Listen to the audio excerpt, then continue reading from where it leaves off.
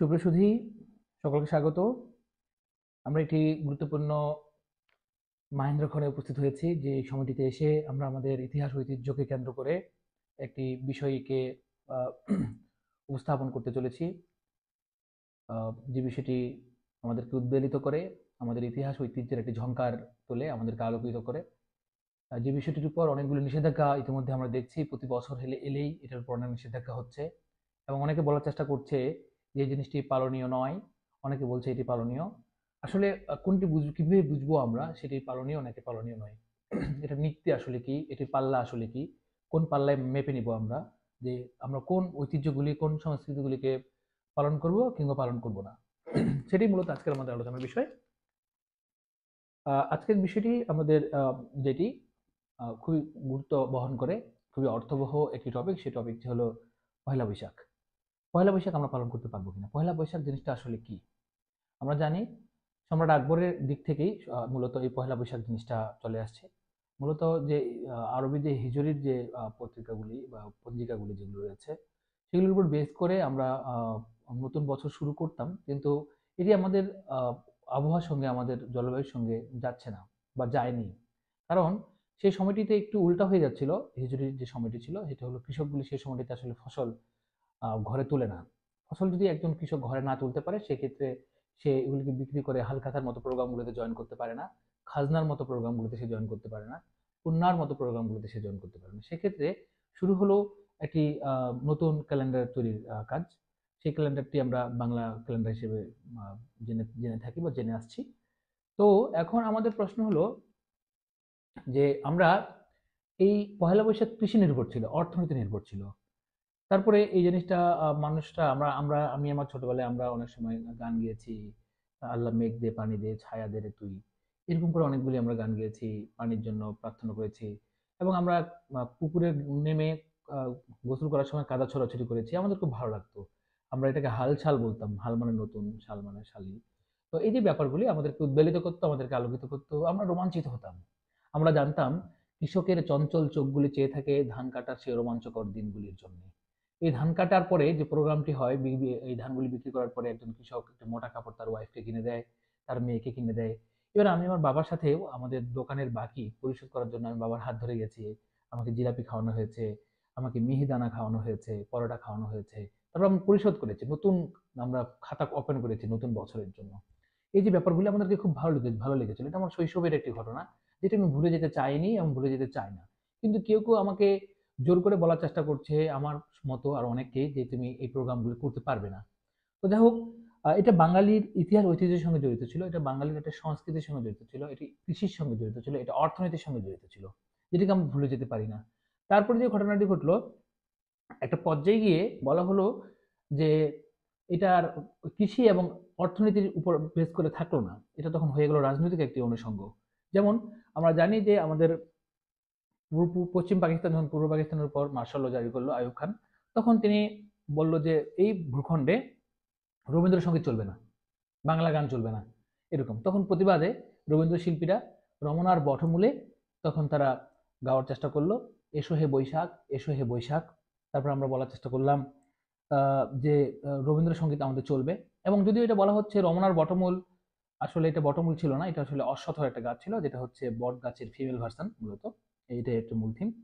তারপর আমরা আরো ওখানে প্রতিবাদ করার চেষ্টা করেছি, মুছে যাক গ্লানি, ঘুচে যাক ঝরা, অগ্নি স্নানে সূচি হোক ধরা। তা আমরা রবীন্দ্রসঙ্গীতকে হারিয়ে যেতে দিইনি। রবীন্দ্রসঙ্গীতের যে নিষেধাজ্ঞা ছিল, বাংলা ভাষার প্রতি যে নিষেধাজ্ঞা ছিল, সেটাকে আমরা বাংলাকে কুলসিত করতে দিইনি। আমরা এটাকে প্রতিবাদ জানিয়েছি খুবই দৃঢ় কণ্ঠে, এবং খুব শক্তিমান হয়ে আমরা দাঁড়িয়েছি। আমাদের সংস্কৃতি ঐতিহ্যের উপর যখনই আঘাত আসার চেষ্টা করেছে, তখনই আমরা দাঁড়িয়ে গেছি। তো সেই ধারাবাহিকতায় আজকের আমাদের এই এপিসোডটা, তো সেটার উপরে কথা বলার চেষ্টা করছি। তো এটা রাজনৈতিক রূপ লাভ করলো। তো তারপরে একসময় 60-এর দশকে আমাদের হয়ে গেল কি, পয়লা বৈশাখ 60-এর দশকে শুরু হলো, যেটা 58 সালে আমাদের কি হলো, মার্শাল ল জারি হয়েছিল আর আইয়ুব খান আসলো। 60-এর দশকে আমাদের পয়লা বৈশাখটা আমরা জোরালোভাবে পয়লা বৈশাখ পালন করব বলে দৃঢ় চিত্তে বিভিন্নভাবে র্যালি প্রোগ্রাম করার চেষ্টা করেছি। এবং 90-এর দিকে এটা হয়ে গেল মূলত মঙ্গল শোভাযাত্রা। অনেকে বলার চেষ্টা করতেছে যে মঙ্গল শোভাযাত্রা আসলে এটা তো, মঙ্গল শব্দ তো মঙ্গল কাব্যের সঙ্গে চলে যাচ্ছে, এটা তো হিন্দুয়ানি চিহ্ন। এবং বলা হচ্ছে যে অনেকগুলি মুখোশ রয়েছে, পেঁচা রয়েছে, অনেক ধরনের আঁকা আঁকি আছে, এই বিষয়গুলি অনেক ধরনের কথাবার্তার চেষ্টা করছে। বলছে এটা তো পৌত্তলিকতা, এটা তো মূর্তি পূজার মতো একটি ব্যাপার। আসলে এখানে কেউ মূর্তি পূজা করছে না, ঠিক আছে? এখানে পেঁচাকে তুলে ধরা হচ্ছে, পেঁচা লক্ষ্মী, আমরা জানি। পেঁচা আমাদের ইঁদুরকে বিনাশ করে। ইঁদুর কি করে? ধান খেয়ে ফেলে এবং কৃষক সমাজকে বাঁচায়। সেটাকে আমরা তুলে ধরার চেষ্টা করছি। এবং মুখোশের যে ব্যাপারগুলি রয়েছে, পৃথিবীর এমন কোনো জায়গা নেই যে মুখ আর মুখোশ নেই, সব জায়গায় রয়েছে। এবং এটা মূলত লোকজ সংস্কৃতি, এটা হলো লোক সাহিত্য। এটাকে আপনি পৌত্তলিকতার সঙ্গে তুলনা করতে পারেন না, এই একটা বিষয়। আচ্ছা, গেল। তো তাহলে এটা আমাদের আলোচনা হয়ে গেল যে এটা পৌত্তলিকতা নয়। এবং অনেকে অনেক ধরনের যুক্তি প্রদর্শন করতে চাচ্ছে, নানান ধরনের কথাবার্তা বলতে চাচ্ছে যে এগুলি আসলে পৌত্তলিকতার সঙ্গে জড়িত কিনা। এই বিষয়গুলো আমরা আলোচনা করলাম। তারপর এখন আরেকটা বিষয় হলো, আহ, আমরা আরেকটি যদি প্রবন্ধের কাছে চলে যাই, সেটা হচ্ছে আহমদ ছফার বাঙালি মুসলমানের মন। বাঙালি মুসলমানের মনে তিনি স্পষ্ট বক্তব্য দেওয়ার চেষ্টা করেছেন। আসলে বাঙালি হইলে কি মুসলমান হওয়া যাবে কিনা? আসলে আমি কি আগে বাঙালি নাকি মুসলমান, নাকি আগে আমি মানুষ? আমি কোনটা জিনিস চিন্তা করব? ঠিক আছে, আমি যদি আপাতত একটি বিষয়কে ধরে কথা বলার চেষ্টা করছি, যে আদতে মানে আদিতে প্রারম্ভে আমরা বাঙালি থাকলেও এই সময়টাতে আমরা মুসলমান থাকতে পারছি না। যারা মুসলমান নিজেকে দাবি করার চেষ্টা করছে, যারা ভাবছে যে বাঙালি ঐতিহ্যটাকে বা সংস্কৃতিটাকে কিছুটা যদি মুছে ফেলতে পারি, তাহলে হয়তো বা বাঙালি হওয়া সম্ভব। এরকম একটা বিষয়। আমরা যদি এখন পারস্যের কাছে চলে যাই, পারস্য বা ইরানের কাছে চলে যাই, তারা কিন্তু আগে অগ্নি উপাসনা করতো। অগ্নি উপাসনা করতে গিয়ে তারা একসময় অনেক ধরনের বাধার সম্মুখীন হয়েছে, কিন্তু তারা একসময় অগ্নি উপাসনা বাদ দিয়ে দিল। তখন তারা ষষ্ঠার উপাসনা করা শুরু করলো। কিন্তু তাদের যে হালখাতাটা, তাদের যে নববর্ষটা, তাদের যে পয়লা বৈশাখটা, তারা কিন্তু নওরোজ হিসেবে সেটাকে পালন করে আসছে। এবং বলা হচ্ছিল অনেক সময় যে ইসলাম পালন করতে গেলে বা মুসলমান যে ধর্মটি সেটাকে যদি পালন করতে যায়, সে পালনটা করতে গিয়ে ভাষাগত কোনো দ্বন্দ্ব আছে কিনা। অনেকে বলছে হ্যাঁ, দ্বন্দ্ব আছে। এই পারস্যরা কিন্তু তাদের ফার্সি ভাষা ছেড়ে দেয়নি, ফার্সি ভাষা দিয়ে তারা ধর্ম চর্চা করেছে। না, আমরা যখন বাংলা ভাষার কথা বলছি, তখন বলছে বাংলা ভাষায় কি ধর্ম চর্চা করা যাবে? পাকিস্তানিরা বললো করা যাবে না, আরবি হরফে লিখতে হবে আমাদের, নানান ধরনের উল্টোপাল্টা কথাবার্তা বলছে তারা। তাহলে ভাষা কেন্দ্রিক দিক থেকে কি ধর্ম পালনের কথা বাধা আছে কিনা? বা ভাষাটা তো আমাদের অ্যারাবিক নয়, তো সেক্ষেত্রে আমরা ধর্মটা কিভাবে পালন করব? এগুলি অনেকগুলি প্রশ্ন রয়ে যায় আর কি। তো আমার মূল থিমটা হলো আসলে আমি ধরেন যে এই ভূখণ্ডতে, আমাদের যে এই ভারতীয় যে উপমহাদেশটি আছে, এখানে তো আগে ইসলাম ছিল না। এখানে কারা ছিল? এখানে মানুষেরা ছিল। এই মানুষেরা কি করতো? পান্তা ভাত খেত। এই মানুষেরা কি খেত? ইলিশ খেত। এই মানুষেরা কি খেত? শাক খেত, মাছ খেত, মাংস খেত। আমার কালচারের সঙ্গে তো আর অ্যারাবিয়ান কালচার মিলবে না। ঠিক আছে? সৌদি আরবে কিংবা আরবে কিংবা মিডল ইস্টে, সৌদি আরবের দিক থেকে কি নেই? নদী নেই। তা আমি তো নদী বেস্ট, আমার কালচার তো নদী কেন্দ্রিক। আর ওদের কালচারের সঙ্গে আমার কালচারের অবশ্যই ধাক্কা লাগবে। ওদের পোশাক পরিচ্ছদের সঙ্গে আমার পোশাক পরিচ্ছদ মিলবে না। ঠিক আছে? তাহলে ধর্মের সঙ্গে একটা আপাত দৃষ্টিকোণ থেকে একটা দ্বন্দ্ব হয়ে যাচ্ছে কিন্তু ওই জায়গাগুলো থেকে। কারণ কালচারালি আমি ওদের সঙ্গে কি অনেকটাই ডিফারেন্স, অনেকটাই দূরত্ব তৈরি হয়েছে কালচারালি। তো সেক্ষেত্রে একটি মানুষ যদি তার কালচারকে অস্বীকার করে, তার ভিতরে কিছু থাকে না আর কি, তার ভিতরে কোনো সোল থাকে না। তো কালচার বিষয়টা আলাদা বিষয়, ধর্ম বিষয়টা আলাদা বিষয়। কিন্তু ধর্মের সঙ্গে কালচারের দ্বন্দ্ব আছে কিনা আমি জানি না। দ্বন্দ্ব থাকা উচিত নয়। যদি সে যেটা দ্বন্দ্ব থাকে, তাহলে অনেকাংশে সমস্যা আমি মনে করি এটা দেখা দেখা দিবে বলে আমরা বিশ্বাস করি। এবং আমরা জানি 2016 সালে ইউনেস্কো এটাকে মনোগত ঐতিহ্যের দিক থেকে পয়লা বৈশাখকে কি করেছে, মঙ্গল শোভাযাত্রাকে কি করেছে, আহ, স্থান দিয়েছে। তো আমরা পয়লা বৈশাখ পালন করব কি করব না, এটা আসলে ডিপেন্ড করে একটা সংস্কৃতির উপর। এটা আমাদের বাঙালি সংস্কৃতি। আর এখানে যে মুসলিম সমাজের যে পৃষ্ঠপোষকতা করেছে মুঘলরা, ওই মুঘল সমাজই মূলত পয়লা বৈশাখে আমাদের ইমপ্লিমেন্ট করার চেষ্টা করেছে। এবার আমরা যদি বিষয়টা অন্যভাবে এটাকে রাজনীতি করার চেষ্টা করি, তাহলে আমার মনে হয় এটা একটা ভুল হবে। এবং আমরা আমরা যে পরবর্তী যে প্রজন্ম আছে, এটা ভুল থেকে আমরা নিয়ে যাওয়ার চেষ্টা করব। এবং আমরা যেটা বলি যে এই যে আগরবাতি জ্বালানো, মোমবাতি জ্বালানো, এগুলি হচ্ছে এখানকার প্রাচীন যে সমাজটি রয়েছিল, যেটা ছিল যে হিন্দুরা বা বৌদ্ধরা, তারাই মূলত এই সমাজ ব্যবস্থাটাতে রূপান্তর করার চেষ্টা করেছে। এখন আপনি ধরেন যে ইরান তুরান থেকে কোনো তত্ত্ব নিয়ে এসে একটা সংস্কৃতির উপর চাপিয়ে দিতে পারেন না। একটা সংস্কৃতি ছিল যেভাবে, সেটা সেভাবেই থাকবে। ওই সংস্কৃতির সঙ্গে আমার সংস্কৃতি মিলবে না। আপনি ধর্ম পালন করতে যাচ্ছেন, ধর্ম পালন করেন, কিন্তু এটাকে ভুল ব্যাখ্যা দিয়ে আপনি আমার বাঙালির মনকে রঙিন করার জন্য, বাঙালির মনকে উদ্বেলিত করার জন্য, বাঙালির মনে ইতিহাস ঐতিহ্যে যে ঝংকার তোলার যে ধ্বনিটা, ঝংকার তোলার যে অগ্রগতিটা, ঝংকার তোলার যে গতিটা, এটাকে আপনি থামিয়ে দিতে পারেন না। তো আপনাকে বুঝতে হবে এটা পৌত্তলিকতা নয়, প্রথমত এটা। আর এই শোভাযাত্রা যে বাঙালির ইতিহাস ঐতিহ্য বহন করে, এবং অনেক মুখ এবং মুখোশের যে গল্পগুলি এখানে তুলে ধরার চেষ্টা করা হচ্ছে, সেগুলি মূলত লোকজ সংস্কৃত। এই লোকজ সংস্কৃতিগুলিকে আপনি চেঞ্জ করতে পারবেন না। আফ্রিকার বিভিন্ন দেশে থেকে শুরু করে পৃথিবীর সব জায়গায় এই মুখোশের গল্পগুলি রয়েছে। এটিকে আপনি ধর্মের তকপা দিয়ে বন্ধ করতে পারবেন না। পয়লা বৈশাখ কিংবা নববর্ষ কিংবা বাঙালির যে সংস্কৃতিগুলি রয়েছে, এটা এটা হচ্ছে মূলত আমাদের আধুনিক সমাজ ব্যবস্থার ধর্ম। আর আমরা জানি ধর্মটা কি? ধর্ম হলো সাধারণ মানুষের একটা সংস্কৃতি। এটা আমরা অনেক অনেক অনেক আগেই জেনে আসার চেষ্টা করছি।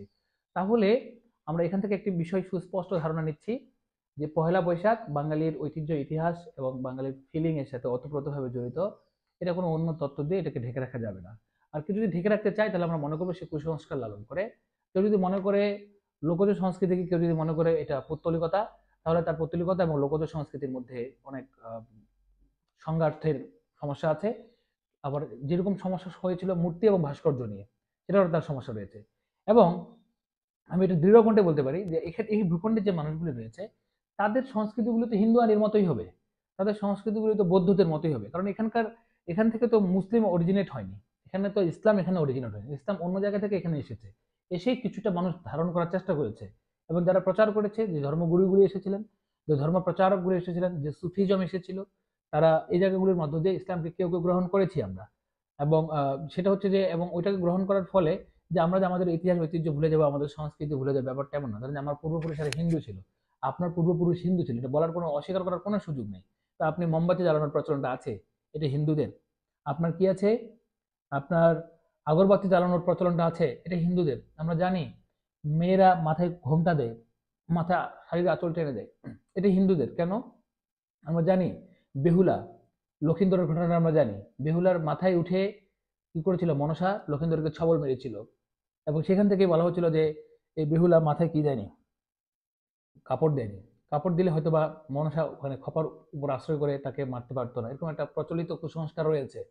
তো ঘটনা হচ্ছে নারীরা এই জন্য খোপা মানুষকে দেখায় না, চুল মানুষকে দেখায় না, এই জন্য মাথা ঢেকে রাখে। এগুলো হচ্ছে হিন্দুয়ানি সংস্কৃতি। এবং আমরা ছিলাম, আমাদের পূর্বপুরুষেরা হিন্দু ছিল। আপনি চাইলেই ধর্ম দিয়ে সেগুলোকে মুছে ফেলতে পারবেন না, ব্লাডকে আপনি সরাই ফেলতে পারবেন না।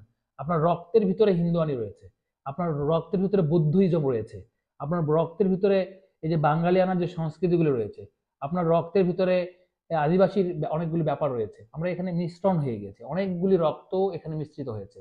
এখানে দ্রাবিড় আছে, এখানে অস্ট্রিক আছে, এখানে আর্য আছে, এখানে অনার্য আছে। চতুর্দিক থেকে যতগুলি রক্ত আছে সব রক্তগুলি এক জায়গায় মিলিত হয়েছে, সেই রক্তটি হলো বাঙালি রক্ত।